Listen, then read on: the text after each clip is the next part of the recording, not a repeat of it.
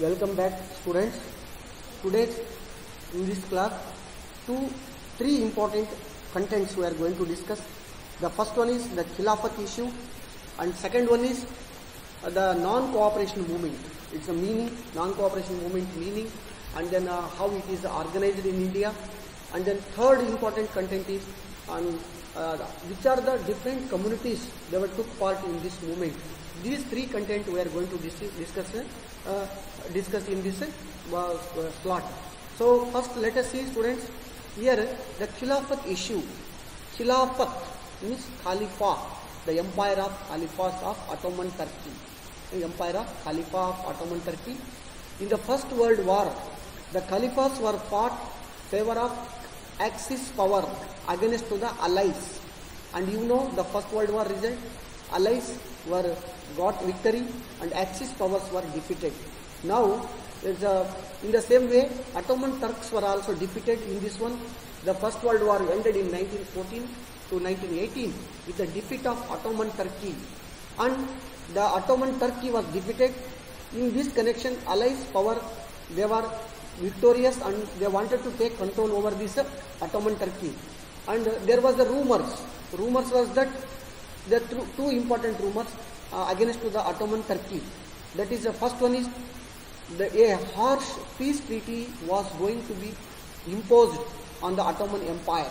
The harsh peace treaty is going to impose on Ottoman Empire. Second one, the spiritual head of the Islamic world, known as Khalifa will lose the power and position. This was the going to be consequences going to be faced by the Ottoman Turkey, and these are all two rumors.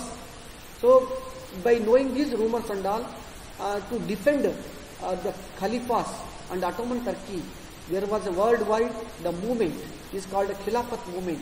The same Khilafat movement was also started in India, because India, there's a Muslim community, they started the Khilafat movement against the British. British were Allies power, so against this one.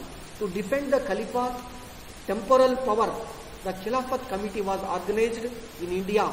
This Khilafat committee was organized and formed in Bombay in March 1919.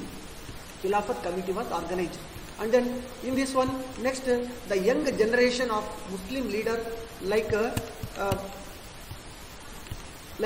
Muslim leaders like Ali brother, they were popularly known as Ali brother, Muhammad Ali and Shaukat Ali, discussed with Mahatma Gandhiji about the possibilities of united mass action on the issue. So this one now alone, the community of the Muslim, they cannot start that much a big movement against the British. So they wanted to help of Mahatma Gandhiji and Hindu community support in this movement. So they requested to the Mahatma Gandhiji to support for this Khilafat movement. And then now Mahatma Gandhiji realized the situation both, and Mahatma Gandhi also wanted to start non-cooperation movement. So if Muslims support to this Indian National Congress and Indian National Congress support to the Muslim League, both communities, the aims and objectives will be achieved.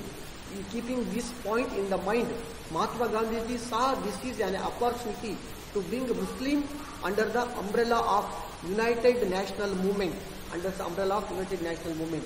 At the Calcutta Indian National Congress session, it was held in September 1920, the Gandhiji convinced other leaders to start a non-cooperation movement in support of Khilafat as well as for the Swaraj. So now both Khilafat and Swaraj movement is going to be started simultaneously. Now Gandhiji, Indian National Congress is going to support the Muslim leaders in their Khilafat movement, and Muslim community leader and Muslim communities, they are going to support Indian National Congress in this movement. So this is a significant, this movement was united both Hindus and Muslims in a great extent, and it was united both for this strong fighting against the British and strengthened to the non-cooperation movement also. Students, so why non-cooperation?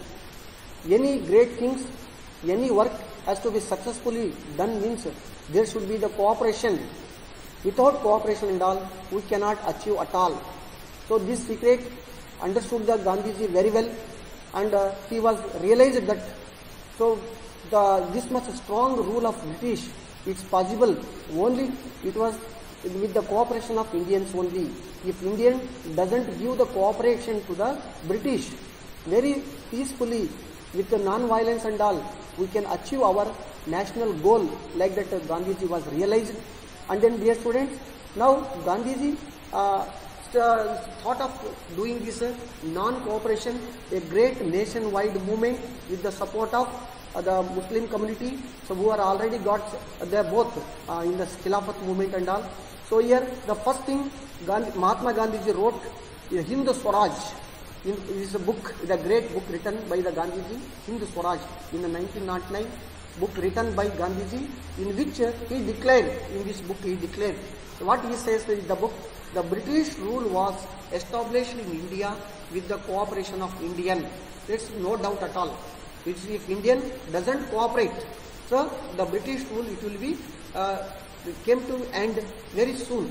So with this one, the first point highlighted, and then survived only, the British rule survived only because of this cooperation only, this the Indians' cooperation. If Indians refuse to cooperate, means thus India will, so a British rule in India would collapse within a year, and Swaraj would come, like that. It was idea, and it's a noble idea. It was, no doubt, it was very peacefully we can defeat the Britishers by not cooperating. That's why Mahatma Gandhi started this non-cooperation movement. So detail how to be, it should be practiced and all, he wrote in the book Hindu Swaraj. And then, so next students, here how can we do this movement? How could non-cooperation movement became a movement? Okay, idea was noble, and it was peaceful, and it having the non-violence also, and how it has to be practiced, this movement. Gandhiji proposed the movement should unfold stage. The first one, what are, these are the 4 points, 5 points where I have given my dear students here.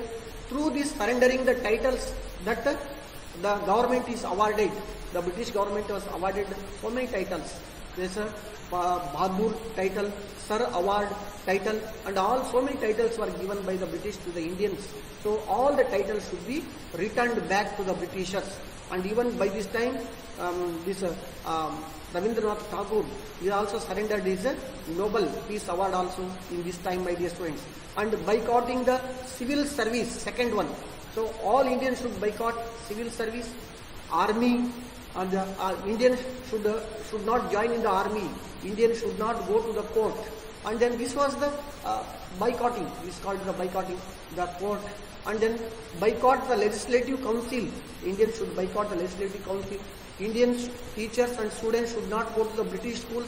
And this was another one, the method, another one step. And boycotting the foreign goods, it's very, very important. No one should purchase the British goods. This was the main thing, my dear students. In this way, so we can practice, bring into the practice this non-cooperation movement. Then, in case of government used repression, harsh measures and all, the full civil disobedience campaign would be launched. Like that, this was the proposed plan, and it was planned to do and bring into the execution. So all these are the movement, it has to be brought in the practical. And then attempts to finalize the movement. This attempt was not finalized, so it was some leaders were hesitating, reluctant to start this movement because of some other problems and all. But finalizing this movement, it took little time. Through the summer 1920, Mahatma Gandhiji and Shaukat Ali toured extensively, mobilizing the popular support for the movement. And many in the Congress were, however, concerned about the proposal. Both now, these two members, who are these members of this Muslim League, they wanted the Khilafat movement support, and Mahatma Gandhiji and INC leaders wanted the support for this non-cooperation movement. They united and organized peoples in a different way, my dear friends. And many of within the Congress were, however, concerned about the proposal. And then some reluctant boycott the council election scheduled for 1920. and also feared the movement. The people, some are not ready to boycott, and some leaders were they are fear of the violence from the British and all. And in the month September and December, there was intense tussle with the INC. When it has to be start, how it has to be start, whether it has to be start or not. These are the tussling position was there, my dear friend. And then next, so this for the while there seems to be no meeting point between the supporter and the opponents of the movement. And finally, it is INC, National Indian National Congress, at Nagpur in December 1920. The compromise was worked out and a non-cooperation program was adopted. This date is very, very important, date and place, my dear friends. It will be asked for the map pointing only. Nagpur INC session, December 1920, here finalized the non-cooperation movement. And how did this movement was unfold, and who are the participants in it, and how did different social groups convinced the ideas of non-cooperation movement, we are going to see in detail, my dear students. So that's what one of the main important, so this idea, my dear students. So in this way, it was helpful. Now let us see the differing strands within the movement. Non-cooperation movement and Khilafat movement was began hand in hand in January 1921. In this movement, various social groups took part with different aspirations and different expectations. The specific aspirations had each group, and each group having different aspirations. And we are going to see now, so which are the different groups. They thought of Swaraj. What is meant by Swaraj? What they felt it is Swaraj. The response to the call of Swaraj, the different term meant for different things in the different people we are going to see. And then here, so the movement in the towns, this non-cooperation movement in the towns, how it was in the practiced and how it was responded later this movement. Middle class peoples participated in the cities and towns. All middle class peoples, thousands of students left the government schools, and headmasters and teachers were resigned the school, and they protested in this way. And then council elections were boycotted. By the time council election was introduced by the British government, council election was boycotted maximum, except one province. That province is Madras province. Justice Party, non-Brahmins felt that entering the council is beneficial like that. So that is the third one. The next, the foreign goods were boycotted. And the foreign clothes were burnt in a huge bonfire. And by this time, the import of foreign goods, the foreign cloth, it was reduced to 50%, and production of Indian textile mills and handlooms went up. That's another one, the important the experience. So experience in the cities and towns. And the liquor shops were picketed, and this movement was going with enthusiastically, and all the middle class peoples and all these government officials supported this movement. And then this movement, non-cooperation movement, gradually slowed down. Why it is slowed down in the cities and towns? The non-cooperation movement gradually slowed down for varieties of reasons. Because the first thing was, khadi cloth was more expensive than the mill-made price. British mill-made cloths were cheaper. So because of cheaper, middle class people maximum using this cloth. But khadi cloths were costlier. Because of the costly khadi cloth, they cannot boycott for a long time. And then long time boycotting of British institution poses the problem. The alternative arrangements were not made properly. How long the teachers or headmasters and the students will use these government schools and all. So there was no proper alternative arrangements was there. Not set up the adequate alternative Indian institutions. So gradually students, teachers and officials and the lawyers began to go back their office for doing this job and all. And this way it was slowed down in cities and towns. It was began grandly but end with slowly, and it was came down. And then it was in cities and towns. The people took part in this non-cooperation movement. And the next you see rebellion in the countryside, rural area. It was also a strong rebel in this rural area. How the peasants, struggle of peasants. Rural area means there will be peasants, farmers will be living. In Audh peasants movement led by Baba Ramachandra, Audh province of Uttar Pradesh, western part of Uttar Pradesh. And then he was an indentured labor from Fuji, and he came back India, and the movement was organized under the leadership of this Baba Ramachandra in Audh. The movement was against what? What was the demands of this movement? The talukdar and landlords who demanded high rents and varieties of other cess. Against this one, the peasants had to pay. Peasants has to do begar work. Begar work means free work for these landlords and talukdar. And the tenants had no security of tenure regularly. They were evicted. These tenants had not any security of their tenants, and they will be regularly evacuated. So with these against of these ideas, against of talukdars and landlords, the rural area peasants took part in this non-cooperation movement. So the peasants movement demand, what they demand? The peasant movement's demand was reduction of land revenue at any cost. Land revenue has to be reduced. Reduction which has been made, and abolition of begar has to be abolished, and against the social boycott, and then boycott the oppressive landlords are social boycott against that one. And in many places, nai, dhobi, nai means barber, dhobi, washerman's, bands were organized. And then Jawaharlal Nehru found Audh Kisan Sabha along with Baba Ramachandra, set up over 300 branches in Audh. Later, these all the peasants associations and organizations, Audh Kisan Sabha, it was joined and connected with this movement.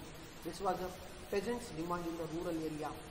And then third most important group which took part in this non-cooperation movement is participation of tribal under the leadership of Alluri Sitaram Raju. Under his leadership, it's Andhra Pradesh. It is in Andhra Pradesh.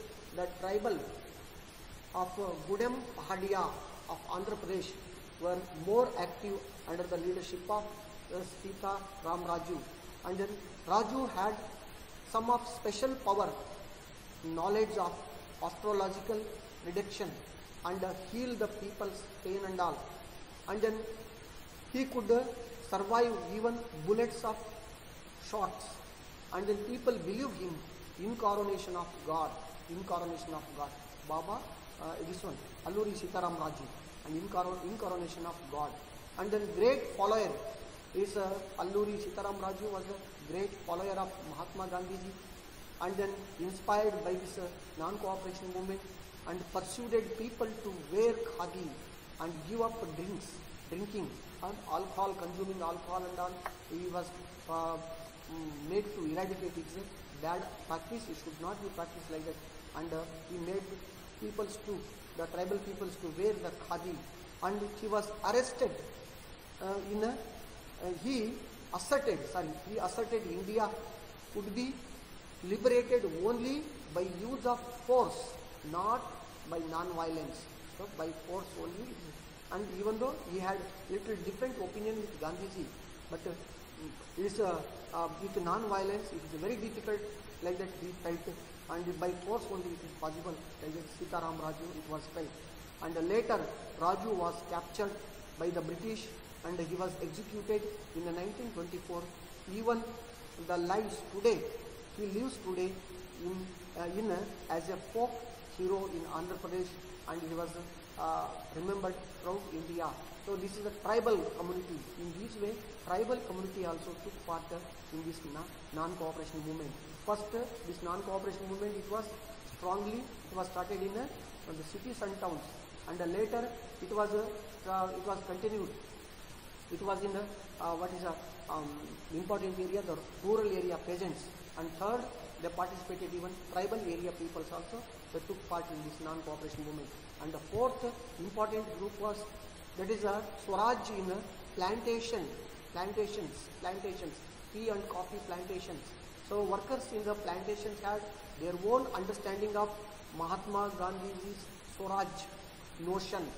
Plantation worker, they had their own notion of this Swaraj. This one.